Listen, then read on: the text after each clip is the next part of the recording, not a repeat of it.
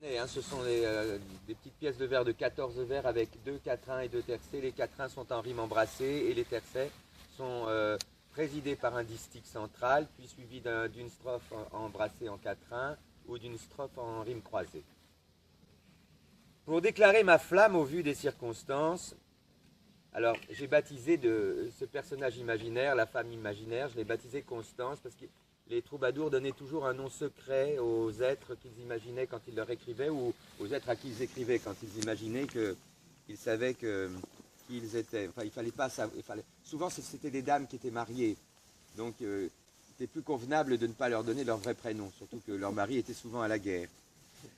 Pour déclarer ma flamme au vu des circonstances, j'ai choisi de me rapprocher d'elle à distance et de faire en vers au moyen d'une stance qui prendrait à dessein la forme d'un sonnet. Car ne pouvant exclure alors ces résistances à l'appel de mon cœur, il faudrait en substance, sans doute, chaque jour encore avec constance renouveler la geste en vers sur mon carnet. Je décidai alors, tel un petit pousset, jetant derrière lui les cailloux que l'on sait, de semer ces quatrains et tercets en instance pour reproduire, amour, ce que tu me dictas à cet instant précis où tu me connectas à celle qui répond au prénom de Constance.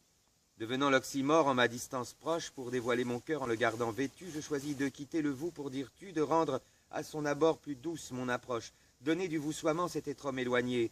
Sa présence en moi était si particulière et se rendait, sans le savoir, si familière que mes vers se devaient ainsi d'en témoigner. Voilà comment j'en vins, sans creux ni vague à l'âme, sans doute à dire tu pour déclarer ma flamme, et tout ce qui soudain échappe à la noirceur, dire tu, c'était là cueillir comme près d'elle et transformer en mots ce bouquet d'asphodèles qu'en flânant il nous prend, d'offrir à l'âme sœur. Voici donc les 14 vers, bien alignés de ce haut je voudrais tant que tu te rappelles, et dont j'ignore si les instants qu'ils appellent furent pour elle les premiers ou les derniers. Voici les 2 quatrains et tercets désignés du tout premier sonnet que j'ai écrit pour elle, suivi de tout cela volant à tire d'elle que lui lança mon cœur comme d'un pigeonnier. Que dire du moment vécu ou bien rêvé qui demeure en nos corps et nos âmes gravées, même s'il ne connaît jamais l'issue heureuse.